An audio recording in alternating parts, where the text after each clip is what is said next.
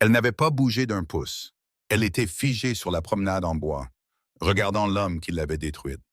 Il souriait, heureux, avec une autre femme à son bras. Puis un inconnu s'est penché vers elle et a prononcé 4 mots discrets. Et son monde entier a basculé. Ce qu'il a fait ensuite, personne ne l'avait vu venir.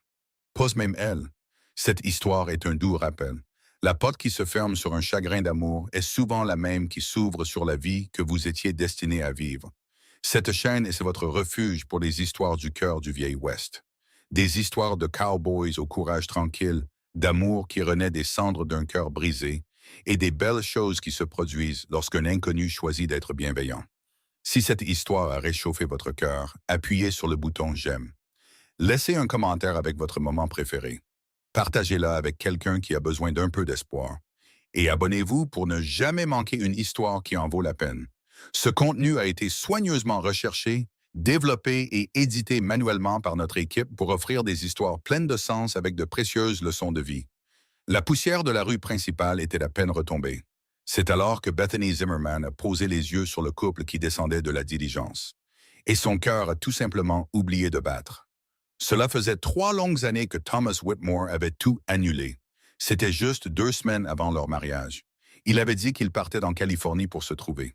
Et maintenant, il était là, debout, ici même, à Oregon City, avec une petite blonde délicate à son bras.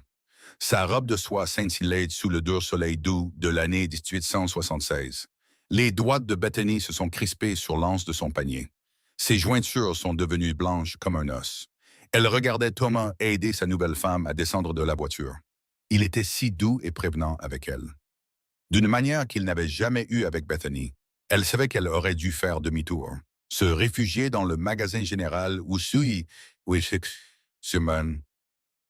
glisser dans la ruelle, mais ses bottes semblaient clouées au plancher de la promenade.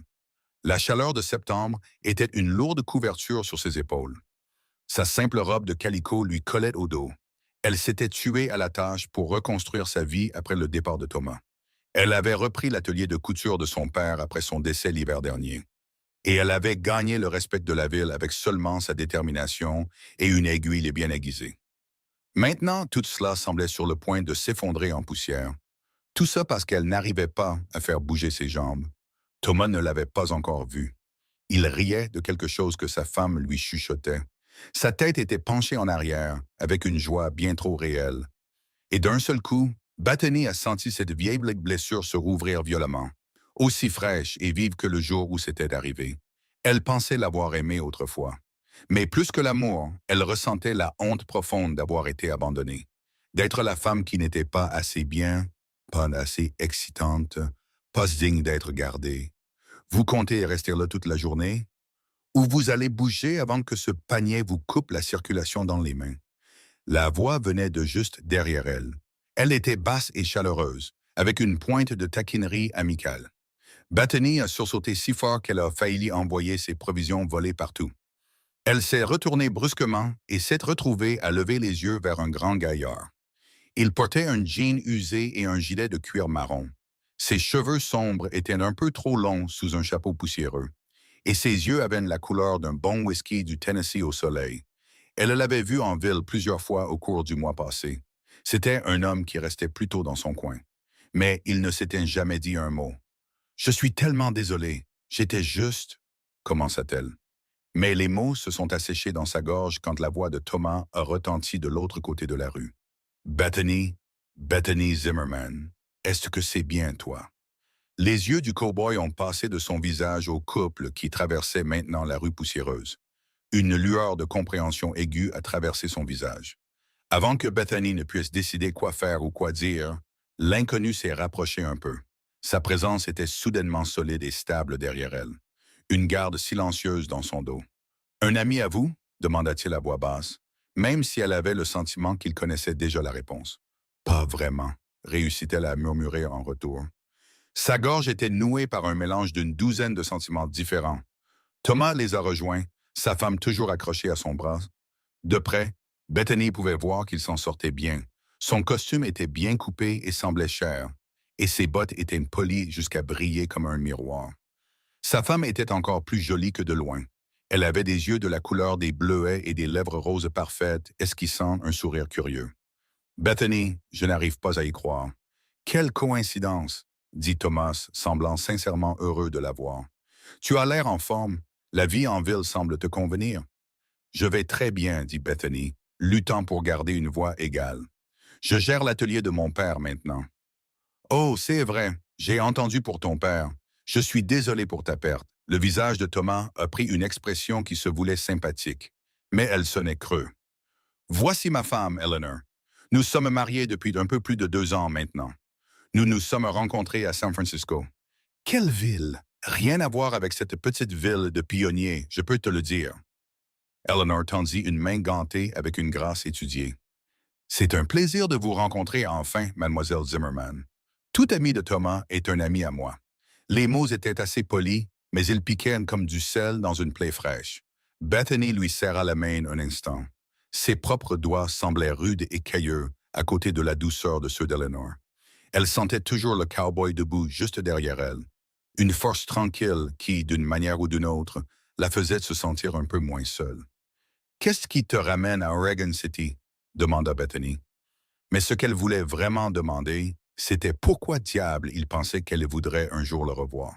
« Les affaires, en fait, dit Thomas en bombant un peu le torse. J'ai plutôt bien réussi dans le transport maritime, et je cherche à étendre mes activités jusqu'au territoire de l'Oregon.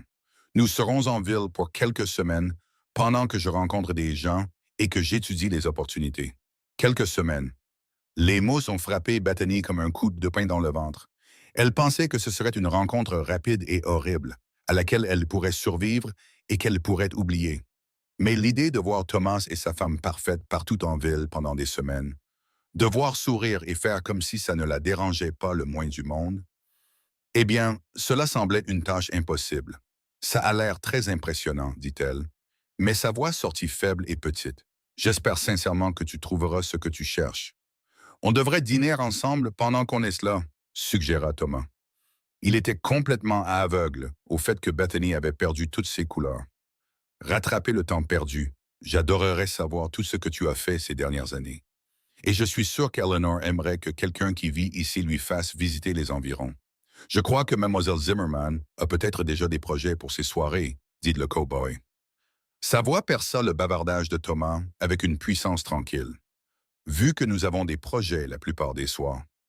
La tête de Bethany se tourna brusquement pour le dévisager. Mais son visage était calme et détendu, bien que ses yeux lançaient un défi à Thomas. L'inconnu bougea juste un peu, et sa main se posa légèrement dans le creux de son dos. Le contact était correct, mais ce qu'il signifiait était clair comme le jour. Les sourcils de Thomas se haussèrent. Ses yeux passaient de Bethany au cowboy boy, complètement surpris. « Oh, je ne savais pas que tu voyais quelqu'un. Voici Quinn Dalton, dit Bethany, son esprit s'emballant pour suivre ce qui se passait. Il est... Nous faisons connaissance, termina Quinn pour elle, avec le plus grand naturel. Sa main reposait toujours sur son dos. Et je crains de la tenir assez occupée, mais je suis sûr que vous la verrez en ville pendant votre séjour. Oregon City n'est pas si grande que ça. Eleanor observait toute la scène avec des yeux perçants. Bethany se demandait si elle pouvait voir clair dans son jeu, si elle savait qu'elle et Quinn ne s'étaient jamais dit plus qu'un bonjour poli avant cette minute précise. Mais le sourire d'Eleanor ne s'est jamais effacé, et elle serra doucement le bras de Thomas. « Bien sûr, nous te comprenons parfaitement, » dit Eleanor avec une chaleur sincère. « C'était un plaisir de vous rencontrer tous les deux. Je suis sûr que nous nous reverrons. » Thomas semblait avoir plus à dire. Son visage était un mélange de confusion et peut-être un peu d'agacement. Agacement que Bethany ne soit pas simplement disponible pour être son guide personnel dans la ville qu'il avait abandonnée. Mais Eleanor l'entraînait déjà, disant quelque chose à propos de trouver leur hôtel. En quelques instants, ils avaient disparu, s'évanouissant le long de la promenade. Bethany est restée là, figée, pendant ce qui a semblé une éternité après leur départ. Son cœur battait si fort qu'elle l'entendait tambouriner dans ses oreilles. Puis la main de Quinn s'est retirée de son dos. Et la sensation de son absence a rompu le sort qui la tenait clouée sur place. Elle s'est tournée vers lui, ne sachant pas si elle devait le remercier ou lui demander ce qu'il pensait bien pouvoir faire. « Je vous demande pardon si j'ai parlé à tort et à travers, » dit Quinn avant qu'elle ne puisse dire un mot. Il a repoussé un peu son chapeau pour qu'elle puisse mieux voir son visage. mais vous aviez l'air sur le point de vous briser en 1000 morceaux. Et j'ai eu l'intuition que vous ne vouliez pas vraiment dîner avec ce couple. Vous avez eu la bonne intuition, amie Bethany, laissant enfin échapper un souffle tremblant. C'était... c'était l'homme à qui vous étiez fiancé, je suppose, à en juger par l'expression de votre visage quand vous l'avez vu. Ce n'était pas vraiment une question, mais Bethany a hoché la tête quand même. Il m'a quitté il y a 3 ans. Il a annulé notre mariage juste avant qu'il n'ait lieu. Je n'avais aucune idée qu'il s'était marié, et je ne m'attendais certainement pas à ce qu'il revienne un jour ici. Le visage de Quinn s'est un peu durci, et un éclair de colère a traversé ses yeux. Eh bien, il faut être une catégorie spéciale d'idiots. Quitter une femme comme vous, et puis revenir ici en s'attendant à une fête de bienvenue. Ce simple compliment, dit si nonchalamment sans rien demander en retour, a envoyé une chaleur se répandre dans la poitrine de Bethany. Merci d'être intervenu. Je ne pense pas que j'aurais pu supporter un dîner avec eux. Vous ne devez rien à cet homme, ni votre temps, ni votre attention, dit Quinn d'une voix ferme. Puis son visage est devenu un peu penaud. Bien que j'aie peut-être un peu compliqué les choses en disant que nous nous fréquentions. Si cela vous cause des ennuis, j'en suis vraiment désolé. Non, en fait, cela pourrait rendre les prochaines semaines supportables, dit Bethany lentement. L'idée se formait dans sa tête à mesure qu'elle prononçait les mots. S'il croit que je vois quelqu'un, Thomas me laissera peut-être tranquille, au lieu d'essayer de rafistoler une amitié qui ne m'intéresse pas. Quinn la regarda un long moment. Ses yeux intelligents semblaient comprendre plus que ce qu'elle disait à voix haute. Suggérez-vous que nous devrions faire semblant de nous fréquenter? Continuer ce petit spectacle pendant qu'ils sont en ville? Seriez-vous prêt à faire ça? Demanda Bethany. Elle pouvait entendre l'espoir dans sa propre voix et s'en fichait. Je sais que c'est une chose très étrange à demander, et nous ne nous connaissons même pas. Mais je ne peux pas les affronter seul. Elle s'éclaircit la gorge. Je ne peux tout simplement pas supporter des semaines de pitié ou d'être comparé à sa nouvelle femme parfaite. Quinn parla doucement, et l'honnêteté dans sa voix coupa le souffle de Bethany. Vous ne seriez pas celle qui en sortirait perdante. Et oui, je suis prête à vous aider. C'est juste ce qu'il me semble correct de faire. Une vague de soulagement a submergé Bethany, si forte que ses yeux ont commencé à piquer de larmes. Merci. Je le pense vraiment. Je trouverai un moyen de vous le rendre. Je le promets. Je pourrais vous préparer des repas ou raccommoder vos vêtements. Et si on disait simplement qu'on s'entraide? Interrompit Quinn d'une voix douce. Aucun paiement n'est nécessaire. Parfois, une personne a juste besoin de savoir que quelqu'un est de son côté. Ils sont restés là, sur la promenade. Le soleil de l'après-midi réchauffait leur visage et les brises de la ville bourdonnaient autour d'eux. Et Bethany a senti un petit changement au fond de sa poitrine. Cet inconnu total s'était avancé pour la défendre sans aucune raison. Il lui offrait une bouée de sauvetage et ne demandait rien. Soudain, elle a eu envie de tout savoir sur lui. Je suppose que je devrais en savoir un peu plus sur vous si nous voulons que les gens croient que nous nous fréquentons vraiment, dit-elle, essayant de ramener un peu de bon sens dans la situation. D'où venez-vous? Quel genre de travail faites-vous? Les coins de la bouche de Quinn se sont relevés dans ce qui était presque un vrai sourire. Je suis dresseur de chevaux, pour la plupart. J'ai bougé dans le territoire, débourrant des chevaux pour des éleveurs et aidant avec les convois de bétail. Je suis arrivé en ville il y a environ 1 mois et j'ai juste fait des petits boulots en essayant de décider de ma prochaine étape. Qu'est-ce qui vous a fait choisir Oregon City? Demanda Bethany, sa curiosité maintenant pleinement éveillée. J'ai entendu dire que la terre était bonne par ici. Le temps est bien meilleur que dans d'autres endroits où j'ai été, dit Quinn avec un petit haussement d'épaule. Je pense à m'installer quelque part, peut-être même démarrer mon propre ranch si j'arrive à économiser assez d'argent. J'ai 25 ans, je me dis qu'il est temps de poser des racines au lieu de simplement dériver. Bethany sentit qu'elle commençait à se détendre un peu. Il avait presque son âge, 23 ans. Ce n'était pas un vieux cow-boy grisonnant ou un jeune fauteur de troubles. Il y avait une certaine stabilité en lui, quelque chose de solide et de fiable dans sa façon de se tenir. « Je vis juste au-dessus de l'atelier de couture sur la 3e rue, » lui dit-elle. « J'ai repris l'entreprise de mon père après son décès. Ce n'est pas grand-chose, mais ça me permet d'avoir un toit sur la tête et de la nourriture sur la table. Gérer votre propre entreprise à 23 ans, dit Quinn, et sa voix était pleine de respect. C'est très impressionnant. Personne ne l'avait jamais qualifiée d'impressionnante auparavant. Pratique, bien sûr, et travailleuse, absolument. Mais impressionnante était un mot nouveau, et Bethany découvrit qu'elle aimait beaucoup le son de ce mot. Nous devrions probablement nous assurer d'être vus ensemble en ville si nous voulons que quelqu'un y croie, dit-elle, son côté pratique reprenant le dessus. Peut-être que vous pourriez me raccompagner chez moi. Mon atelier n'est pas très loin d'ici. Je serais ravi de le faire, dit Quinn. Et cette fois, son sourire était large et réel. Il a transformé son visage de simplement beau à quelque chose qui a fait battre le cœur de Bethany un peu plus vite. Il lui offrit son bras avec une touche de politesse à l'ancienne, et après juste une seconde d'hésitation, elle le prit.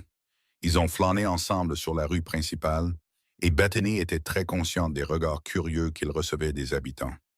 Quinn Dalton était resté plutôt discret depuis son arrivée à Oregon City. Pas hostile, mais pas exactement sociable non plus. Le voir avec la couturière la plus convoitée de la ville allait certainement faire jaser les commères. Mais pour la première fois depuis longtemps, Bethany ne se souciait pas d'être le sujet de conversation. Qu'il parle. Que Thomas apprenne qu'elle avait tourné la page, qu'elle avait trouvé quelqu'un qui voulait vraiment être vu en public avec elle.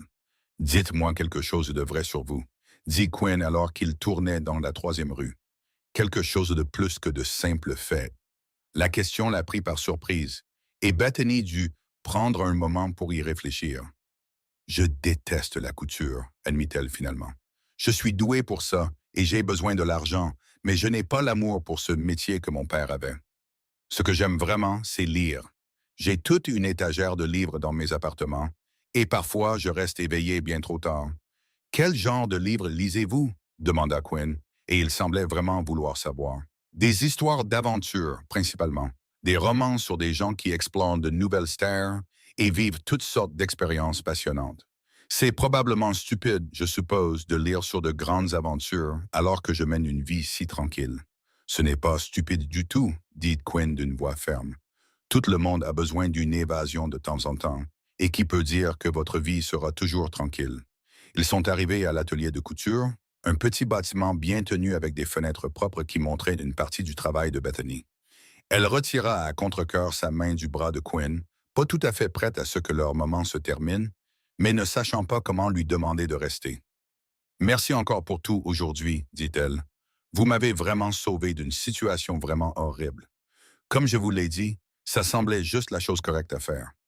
Quinn lui toucha son chapeau et le geste semblait à la fois respectueux et personnel. Je passerai demain si ça vous va. Peut-être qu'on pourrait faire une autre promenade, laisser les gens nous voir à nouveau ensemble. J'aimerais beaucoup ça, dit Bethany, et elle le pensait plus qu'elle ne l'aurait jamais imaginé. Elle est restée là et la regardait s'éloigner dans la rue, sa démarche longue, facile et sûre. Et elle se demanda dans quoi diable elle s'était embarquée. C'était censé être un plan simple, juste un moyen de se protéger de l'attention non désirée de Thomas et de la pitié de tous les habitants qui se souvenaient de son humiliation publique. Mais il y avait quelque chose chez Quinn Dalton qui lui faisait ressentir des choses qu'elle n'avait pas ressenties depuis des années, qui lui donnait envie de choses dont elle s'était convaincue qu'elle n'avait plus besoin. Le lendemain matin était clair et chaud, juste une autre belle journée dans une longue série de cette fin d'été. Bethany a ouvert son atelier à 8 heures comme toujours, mais elle avait du mal à se concentrer. Ses yeux erraient vers la rue à travers sa fenêtre plus qu'ils ne restaient sur la robe qu'elle était censée ourler. Quinn allait-il vraiment venir? Ou avait-il changé d'avis pendant la nuit? Peut-être que tout cela n'était qu'un moment de galanterie qu'il regrettait maintenant. Mais à 10 heures, juste au moment où elle commençait à accepter sa déception, la porte de l'atelier s'est ouverte et Quinn est entré. Il s'était fait beau par rapport à la veille. Sa chemise était fraîche et ses cheveux étaient encore un peu humides, comme s'il venait de plonger sa tête dans un tonneau d'eau. Il tenait son chapeau dans ses mains et semblait un peu déplacé au milieu de tous les tissus et mannequins. Il était si clairement hors de son élément que Bethany a dû se retenir de sourire. « Bonjour, dit-il. J'espère que je ne vous dérange pas pendant que vous travaillez. »« Pas du tout, » lui promit Bethany, mettant la robe de côté et s'essuyant les mains sur son tablier. « J'espérais que vous viendriez. »« Je vous ai dit que je le ferais, » dit simplement Quinn, comme si tenir sa promesse était la chose la plus naturelle du monde. Ils ont marché ensemble à travers la ville, faisant le grand tour en passant devant l'église et l'école, puis devant le saloon et la banque. Bethany maintenait un flot constant de conversation, montrant différents bâtiments et parlant à Quinn des gens qu'il voyait. Madame Henderson, ça même. La femme qui tenait la pension avait toujours quelque chose à dire sur les affaires des autres. Monsieur Chen, qui possédait la blanchisserie, faisait les meilleurs raviolis que Bethany ait jamais mangés. Le shérif adjoint, après un raclement de gorge, tentait de courtiser la fille du prédicateur, même si son père n'approuvait pas. Quinn était plus un auditeur qu'un parleur, mais quand il disait quelque chose, ses commentaires étaient intelligents et faisaient souvent rire Bethany aux éclats. Il voyait de petites choses qu'elle avait depuis longtemps cessé de remarquer. La façon dont le boulanger avait toujours de la farine sur son sourcil gauche, mais jamais sur le droit. Comment la femme du banquier portait des chapeaux de plus en plus grands et sophistiqués, comme si elle essayait de rivaliser avec le clocher de l'église.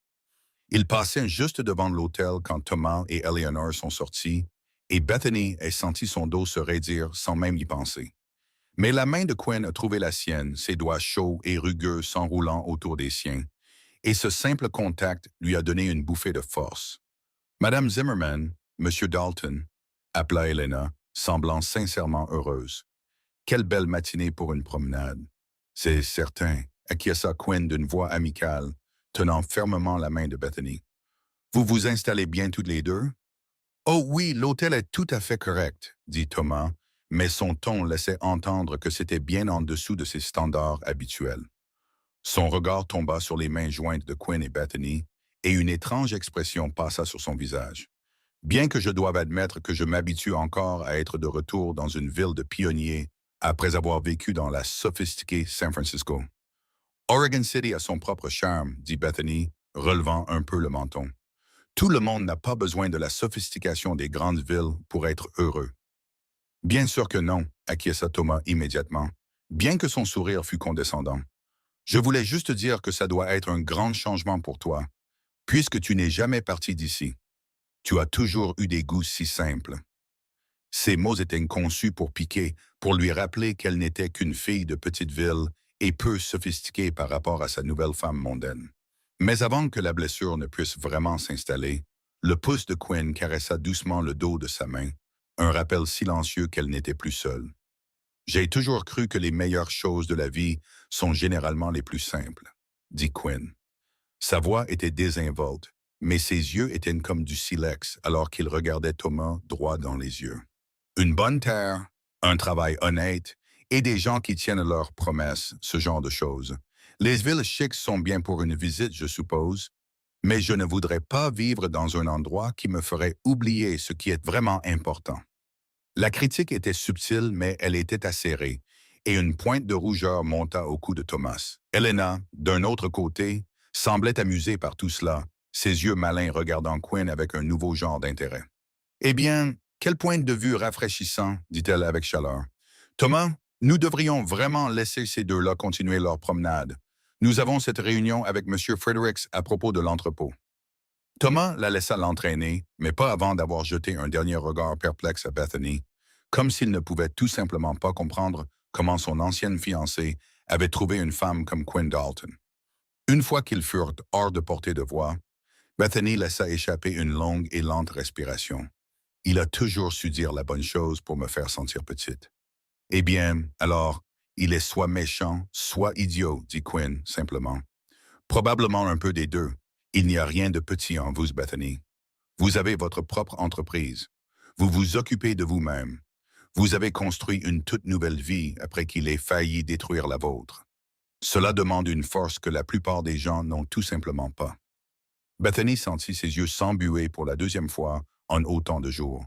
Mais c'était différent des larmes déchirantes qu'elle avait versées lorsque Thomas était parti. C'était plutôt comme un poids qui se levait, comme si quelqu'un disait enfin les mots qu'elle avait besoin d'entendre depuis 3 longues années. « Merci, murmura-t-elle.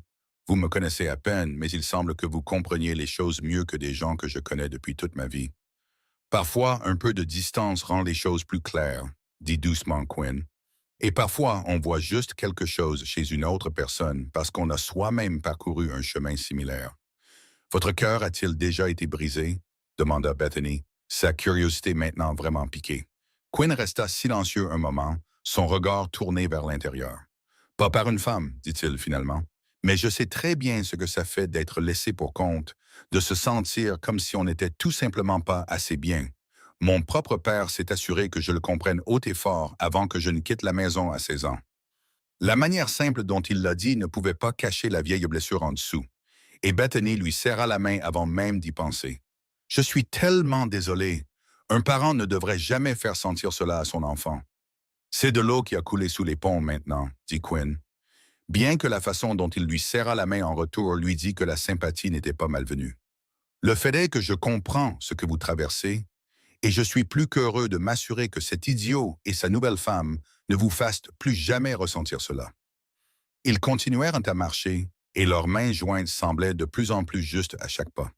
Au moment où Quinn la ramena à son atelier, Bethany réalisa qu'elle avait en fait passé un bon moment, et pendant de longs instants, elle avait oublié que tout cela était censé être une comédie. Cela devint leur routine au cours de la semaine suivante.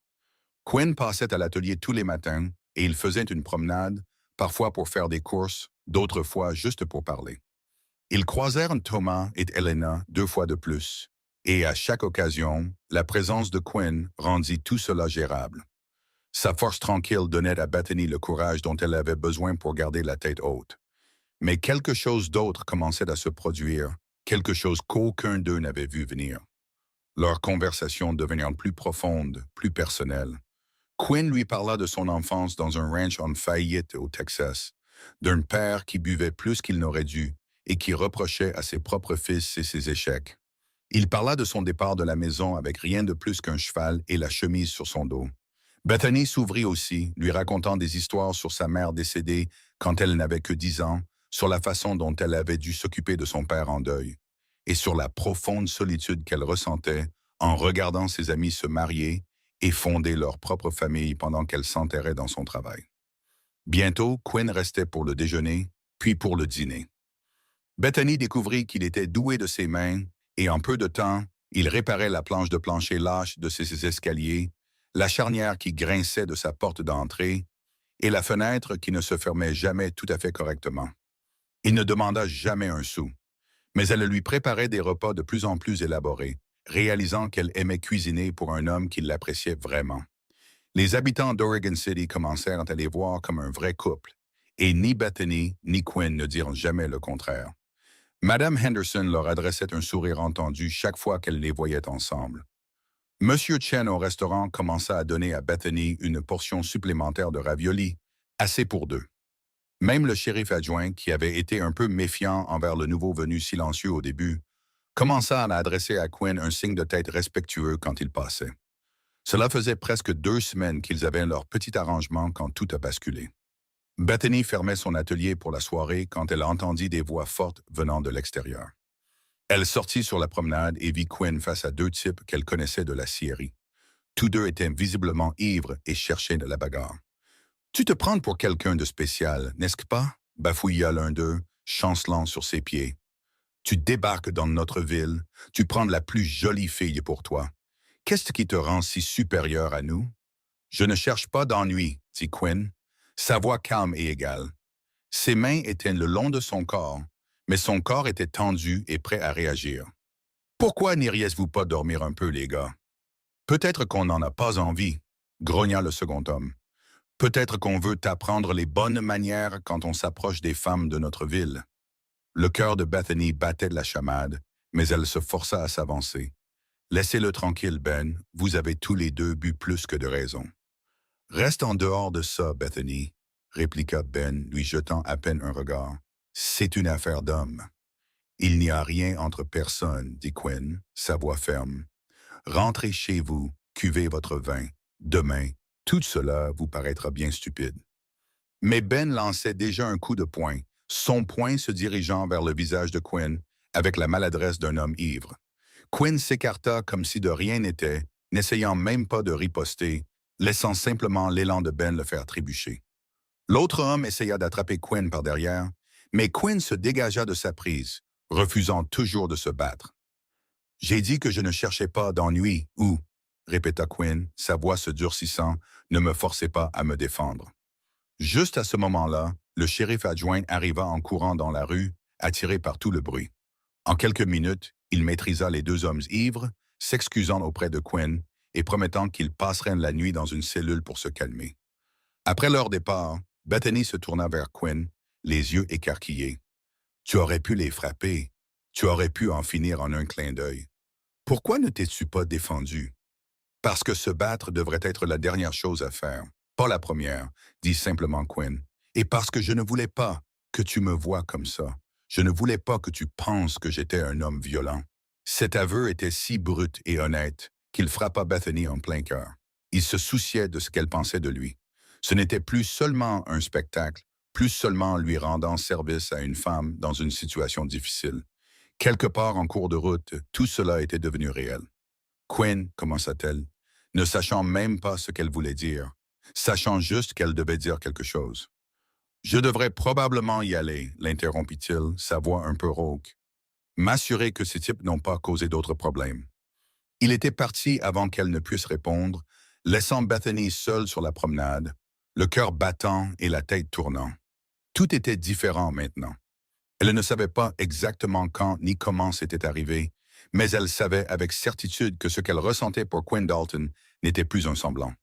Elle ne le vit pas du tout le lendemain. Il ne passa pas à l'atelier ce matin-là, et quand elle passa devant la pension où il logeait, Mme Henderson lui dit qu'il était parti avant le lever du soleil et n'était pas revenu. Bethany essaya de travailler, mais son esprit ne cessait de vagabonder, rejouant chaque conversation, chaque contact et chaque moment qu'ils avaient partagé.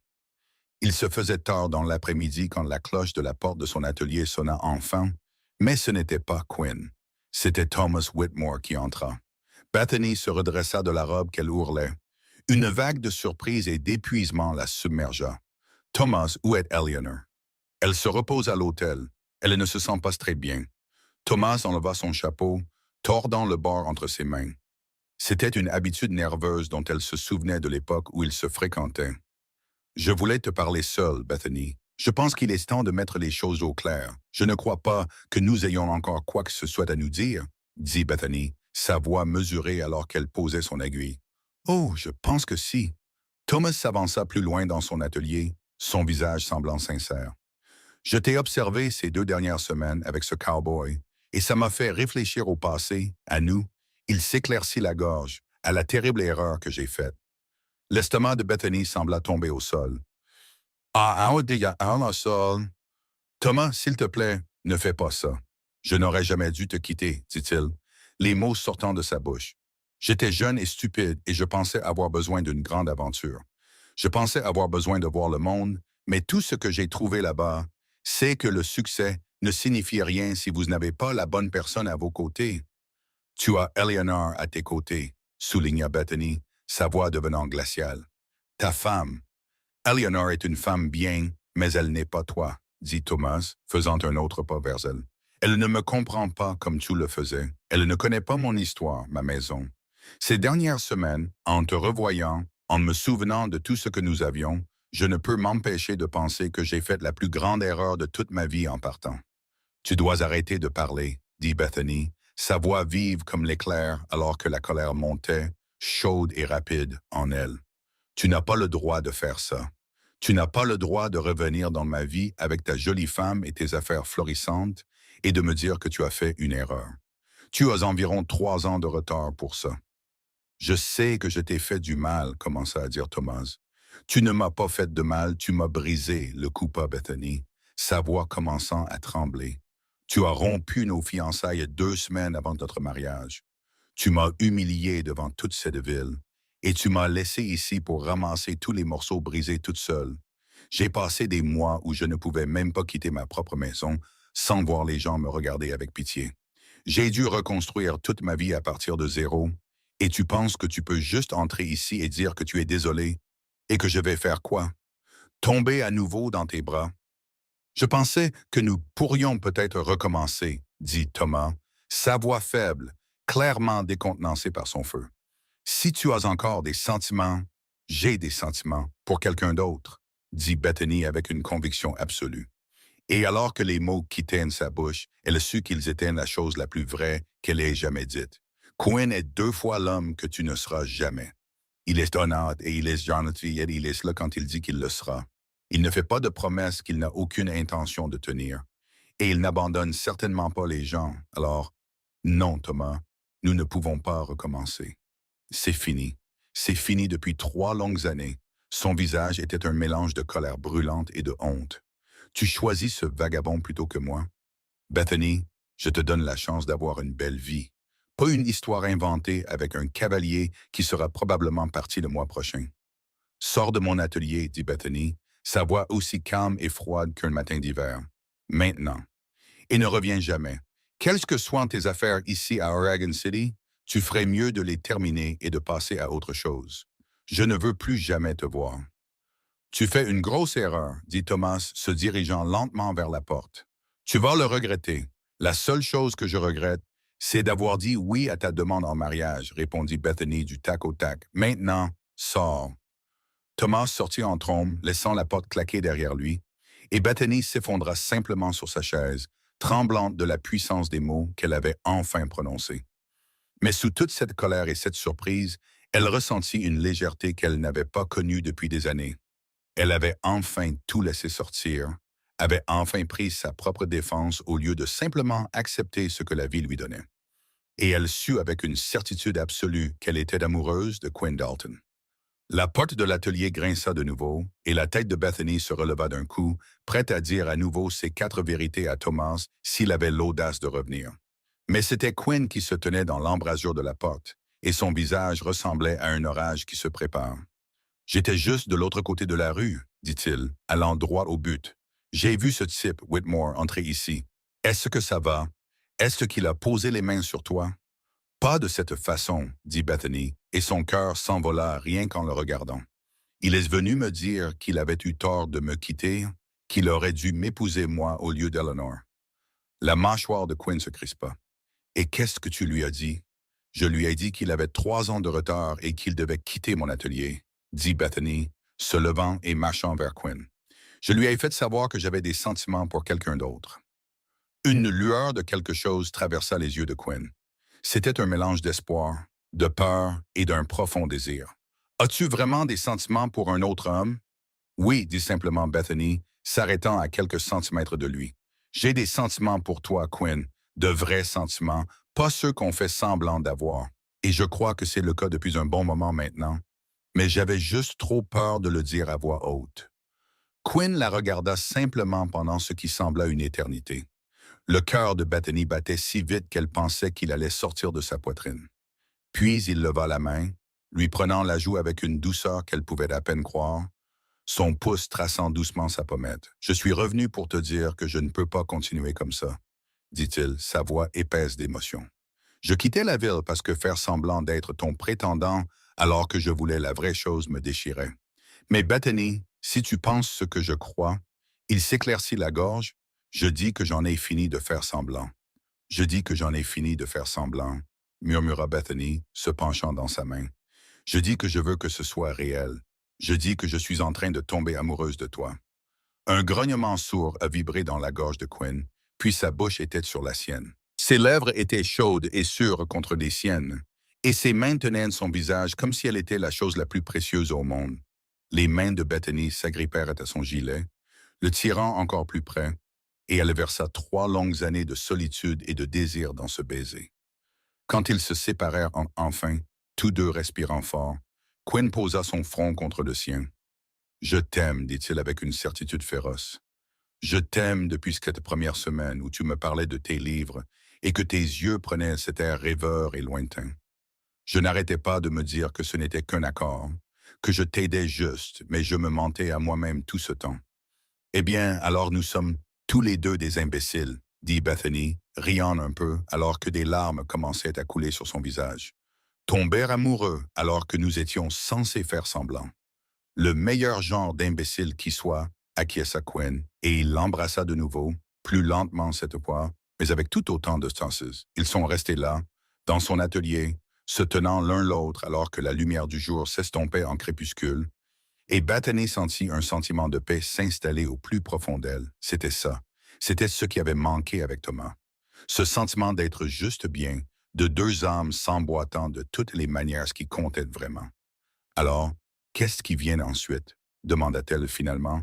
ne voulant pas s'éloigner, mais ayant besoin de voir son visage. Ensuite, j'arrête de loger à cette pension et je commence à chercher un lopin de terre, dit Quinn avec résolution. Je vais construire ce ranch dont j'ai toujours rêvé. Je veux planter de vraies racines ici à Oregon City et je te veux à mes côtés si tu veux bien de moi. On dirait presque que vous me demandez en mariage, Monsieur Dalton, dit Bethany, un sourire se dessinant sur ses lèvres. Pas tout à fait encore, dit Quinn, son expression devenant sérieuse. Quand je demanderai ta main, ce sera fait correctement, avec une bague et tout ce qu'une femme comme toi mérite. Mais je te dis que c'est le chemin que je suis, celui que j'espère que nous suivrons ensemble. Je veux t'épouser, Bethany. Je veux construire toute une vie avec toi. Je veux ça aussi, dit Bethany, alors qu'une nouvelle vague de larmes de joie débordait. Je veux tout ça avec toi. Le lendemain matin, toute la ville d'Oregon City savait que Quinn Dalton et Bethany Zimmerman se fréquentaient officiellement et véritablement. Non pas que la plupart des gens aient jamais pensé que c'était pour de faux. Madame Henderson était aux anges, disant qu'elle savait depuis le début qu'ils étaient une fête l'un pour l'autre. Monsieur Chen leur a donné tellement de raviolis gratuits qu'ils ont dû les partager avec la moitié de la ville. Thomas et Eleanor ont quitté Oregon City 3 jours plus tard. Il semblait que Thomas avait terminé ses affaires beaucoup plus rapidement que prévu. Bethany a regardé leur diligence s'éloigner depuis la fenêtre de son atelier, les bras de Quinn enroulés fermement autour de sa taille par derrière, et elle n'a rien ressenti du tout. Cette partie de sa vie était terminée pour de bon, et elle était plus que prête pour que la nouvelle commence. Quinn était un homme de parole pour ce qui était de trouver des terres. Il avait économisé plus d'argent pendant ses années d'errance que Bethany ne l'aurait jamais imaginé. Et en moins d'1 mois, il possédait 200 acres juste à l'extérieur de la ville. C'était de bonnes terres de pâturage avec un ruisseau qui les traversait et un joli petit bosquet d'arbres qui serait l'endroit parfait pour une maison. Ce n'est pas grand-chose à voir pour l'instant, lui dit-il alors qu'il se tenait sur la propriété par un après-midi frais d'octobre. Mais je vois exactement ce que ça va devenir. Une maison juste, il s'éclaircit la gorge, là, près des arbres, une grange et des écuries un peu plus près de la route, et des pâturages pour les chevaux et le bétail. Il faudra des années pour tout faire, mais je vais le faire correctement. Ça a l'air absolument parfait, dit Bethany, voyant toute l'image en même temps que lui. Puis-je aider? Je ne suis pas très doué pour la construction, mais je pourrais... Tu pourrais y vivre avec moi, l'interrompit Quinn, se tournant pour la regarder droit dans les yeux. En tant que ma femme, il sortit une petite boîte de sa poche et l'ouvrit pour révéler une simple bague en or avec un petit diamant. Elle n'est pas très sophistiquée, dit-il, l'air un peu nerveux tout à coup.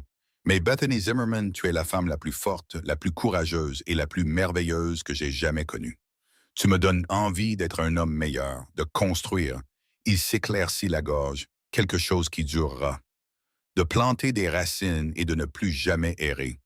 Veux-tu m'épouser? Oui, dit Bethany sans une seconde d'hésitation. Oui, bien sûr que oui. Quinn lui glissa la bague au doigt et elle lui allait parfaitement, comme si elle avait été faite pour elle depuis toujours. Puis il l'embrassait de nouveau, la soulevant de ses pieds et la faisant tourner alors qu'elle riait d'une joie pure et débridée. Ils se sont mariés début décembre dans la petite église, et il semblait que la moitié d'Oregon City était là pour le voir. Bethany portait une robe qu'elle avait faite elle-même, simple mais ravissante, et Quinn était dans son plus beau costume avec les cheveux bien coupés. Le shérif adjoint était son témoin, et Madame Henderson a pleuré pendant toute la cérémonie. Ils ont passé les mois d'hiver à vivre dans le petit appartement de Bethany au-dessus de l'atelier pendant que Quinn travaillait à la construction de leur maison. Il a engagé de l'aide de la ville et Bethany fermait son atelier 3 jours par semaine pour aller aider de toutes les manières possibles. Elle a appris à planter un clou droit, à mesurer un morceau de bois et à penser aux fondations et aux supports. Quinn était toujours patient avec elle, lui enseignant les choses avec la même douceur qu'il avait avec ses chevaux. Au retour du printemps, la maison était terminée. C'était une belle maison de 2 étages avec de grandes fenêtres pour capter le soleil du matin et un porche qui faisait le tour de 3 côtés entiers. Ils ont emménagé le premier jour chaud de mai, transportant leurs meubles et toutes leurs affaires vers leur nouvelle vie ensemble. Bethany a gardé son atelier de couture, se rendant en ville 3 jours par semaine pendant que Quinn travaillait au ranch. Il a acheté sa première série de chevaux cet été-là. C'étaient de magnifiques animaux qu'il entraînait avec une main douce et une réelle compétence, et la nouvelle de son talent de dresseur de chevaux s'est répandue rapidement. En un an, des éleveurs venaient de tout le territoire de l'Oregon juste pour acheter l'un des chevaux de Quinn Dalton. Leur vie s'est installée dans un rythme agréable et facile. Elle était pleine de travail acharné, mais cela était équilibré par des soirées paisibles passées sur leur porche, à regarder le soleil se coucher sur leur terre. Ils parlaient de tout et de rien, partageant, après un raclement de gorge, leurs rêves et leurs soucis, et juste les petites choses qu'ils remarquaient pendant la journée. Quinn a appris à Bethany à monter à cheval et elle lui a appris à danser, et ils s'entraînaient là, dans leur cuisine, pendant qu'elle fredonnait les chansons. C'est à l'automne de 1878, près de 2 ans après ce jour inoubliable sur la rue principale, que Bethany a compris qu'elle était enceinte. Elle en avait le pressentiment depuis quelques semaines, mais elle voulait être sûre avant d'en parler à Quinn. Quand elle lui a finalement dit, alors qu'ils étaient assis sur leur porche avec le soleil du soir qui dorait tout, il est devenu si silencieux qu'elle a pensé un instant qu'il ne l'avait pas entendu. « Quinn, dit-elle, un peu incertaine, tu m'as entendu? » Il se tourna pour la regarder et il y avait des larmes dans ses yeux. Il la serra dans ses bras si délicatement que c'était comme si elle était faite de porcelaine fine. « Un bébé, murmura-t-il dans ses cheveux. Nous allons avoir un bébé. Tu es heureux? Demanda Bethany, même si elle pouvait sentir la réponse dans la façon dont il la tenait. Heureux n'est pas un mot assez grand pour ça, dit Quinn, sa voix un peu rauque. Bethany, tu m'as donné absolument tout ce que je ne savais même pas qu'il me manquait. Une maison, une famille, une raison de me lever chaque matin en me sentant reconnaissant, et maintenant ça, un enfant. Je n'ai tout simplement pas les mots pour dire ce que je ressens en ce moment. Leur fils est venu au monde en mai de 1879, né par un chaud matin de printemps après une longue nuit. Quinn faisait les 100 pas en bas pendant que Madame Henderson et la sage-femme étaient avec Bethany, creusant un trou dans leur nouveau plancher. Au moment où il a entendu ce premier cri, il a monté les escaliers en courant, les yeux écarquillés en entrant dans la chambre. « C'est un garçon !» annonça Madame Henderson avec un sourire fier, plaçant le petit bonhomme dans les bras de Bethany. Il est en bonne santé et fort, et d'après le son de sa voix, il a les poumons de son père. Quinn s'est simplement effondré sur le lit à côté de Bethany, contemplant leur fils avec une pure admiration. Le bébé avait les cheveux sombres de Quinn et les yeux verts de Bethany, et il était tout simplement la chose la plus parfaite qu'ils aient jamais vue. « Comment allons-nous l'appeler » murmura Bethany, touchant doucement la joue douce du bébé. « James, » dit Quinn après un moment, « pour ton père. Il aurait été si fier, il aurait adoré te voir si heureuse. » Des larmes montèrent aux yeux de Bethany. « James Dalton, c'est parfait. » James était un bébé joyeux qui est devenu un bambin curieux, épuisant ses parents. Quinn a endossé le rôle de père comme un poisson dans l'eau. Il était patient et plein d'entrain, enseignant à son garçon tout sur les chevaux et le bétail, avec une joie qui ne s'est jamais estompée. Bethany les regardait tous les deux et ressentait un amour si grand qu'elle ne savait pas qu'un cœur pouvait en contenir autant. 2 ans plus tard, leur petite fille est arrivée, née en plein milieu d'un gros orage d'été. Ils l'ont appelée Rose, et elle avait les yeux chauds couleur de miel de Quinn et le caractère têtu de Bethany.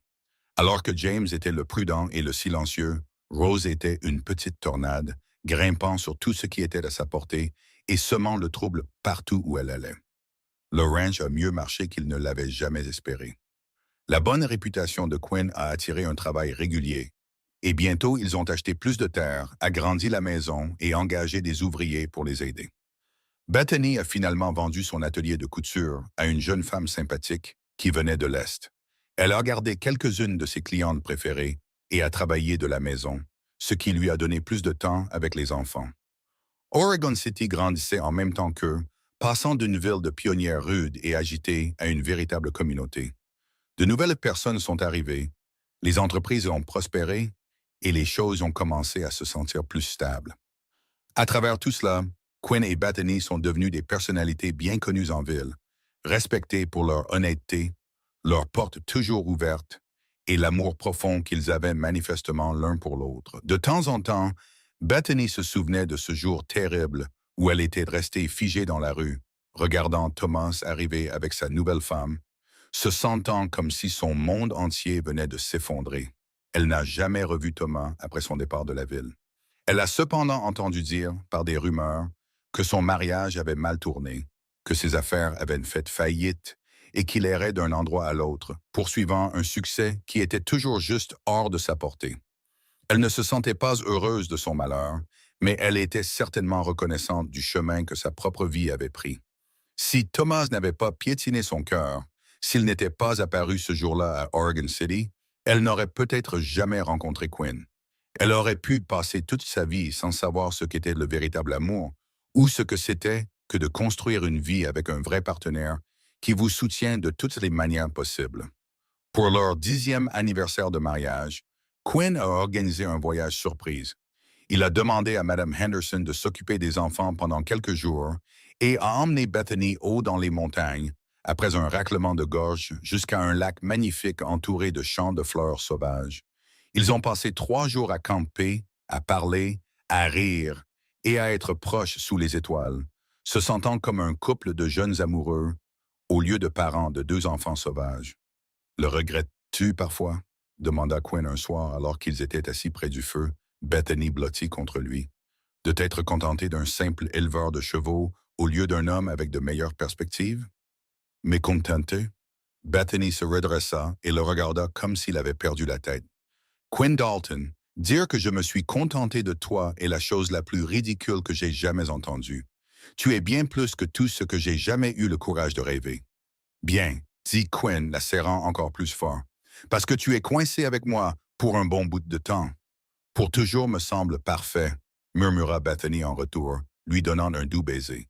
Ils sont rentrés au son des cris de joie de leurs enfants. James et Rose les ont presque renversés, parlant tous les deux en même temps de tout ce qui s'était passé pendant leur absence. Cette nuit-là, longtemps après que les enfants furent couchés, Quinn et Bethany se tenaient sur le porche, regardant leur terre, leurs mains jointes. Tu te souviens quand tout ça n'était qu'un lopin de terre et une prière? Demanda doucement Quinn. Je me souviens d'avoir eu peur et d'avoir le cœur complètement brisé. Et tu es arrivé pour me sauver, répondit Bethany en lui serrant la main. Je ne t'ai pas sauvé, dit Quinn de sa manière douce. Tu t'es sauvé toi-même. J'ai juste fait en sorte que tu n'aies pas à traverser tout ça seul. Nous nous sommes sauvés l'un l'autre, dit Bethany en étant sûre. Et nous avons construit quelque chose de plutôt merveilleux ensemble.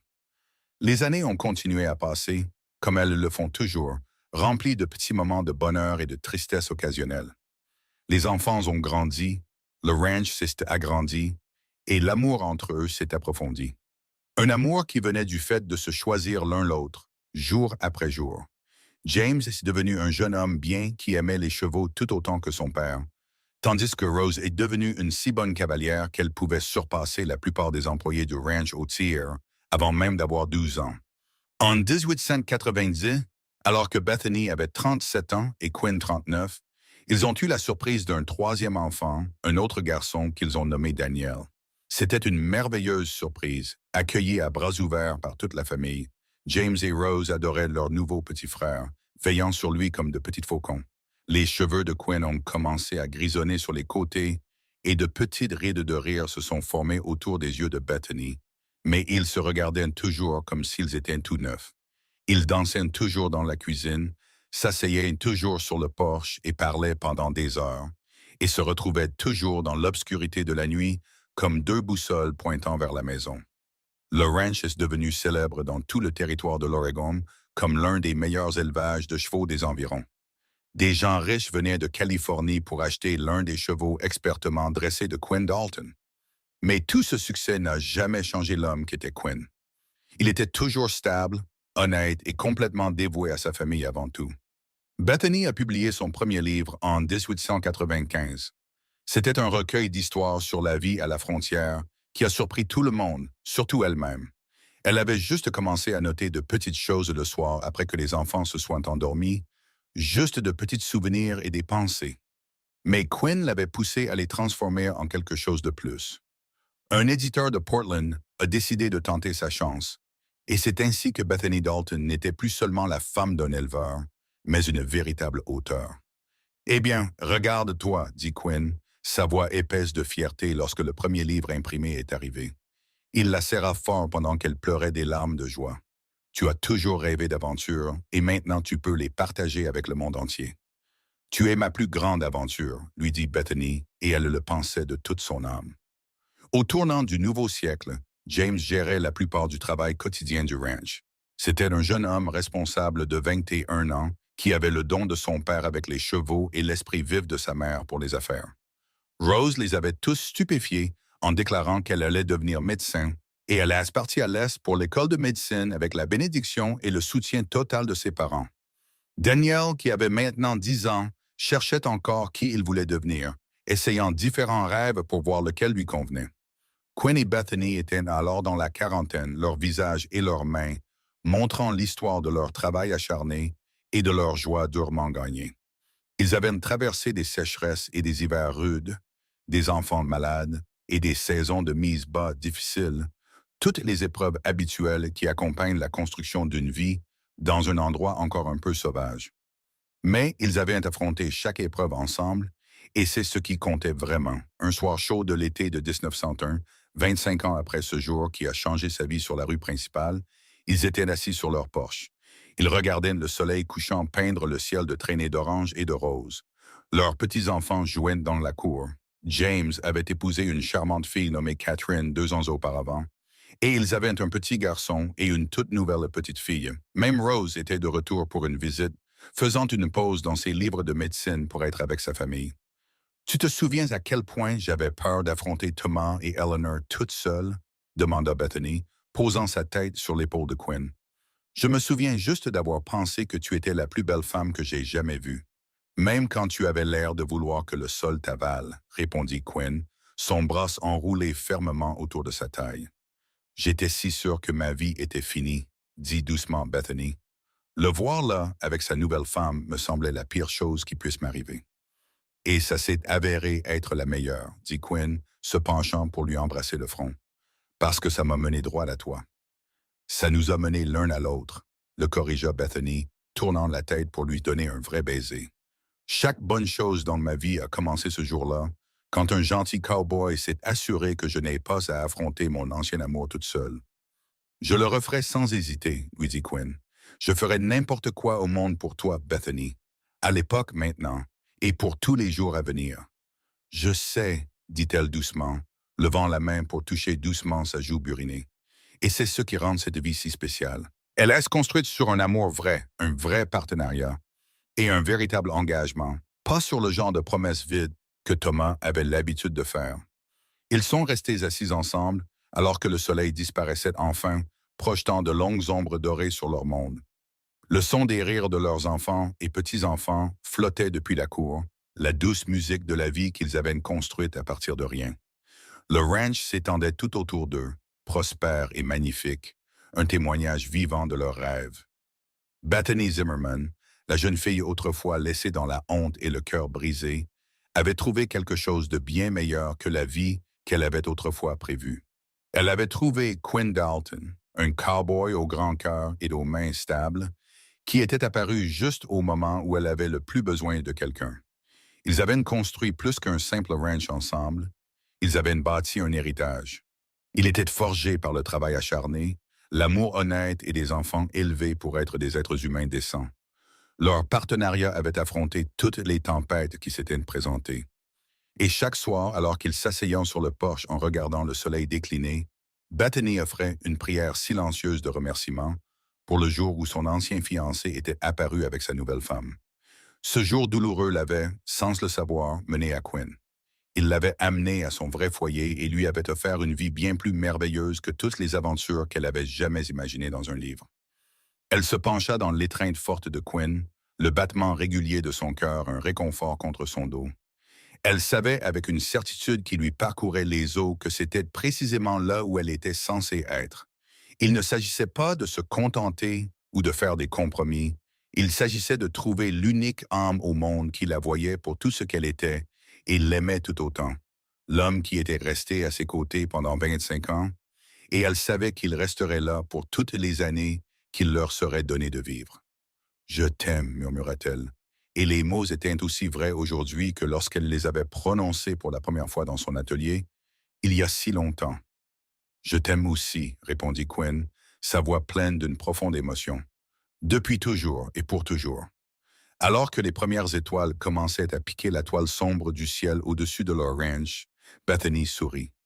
Elle se laissa envahir par la paix profonde de savoir qu'elle était exactement là où elle devait être, avec la personne exacte avec qui elle devait être. Elle vivait une vie qui valait chaque moment de chagrin qu'il avait fallu pour la trouver.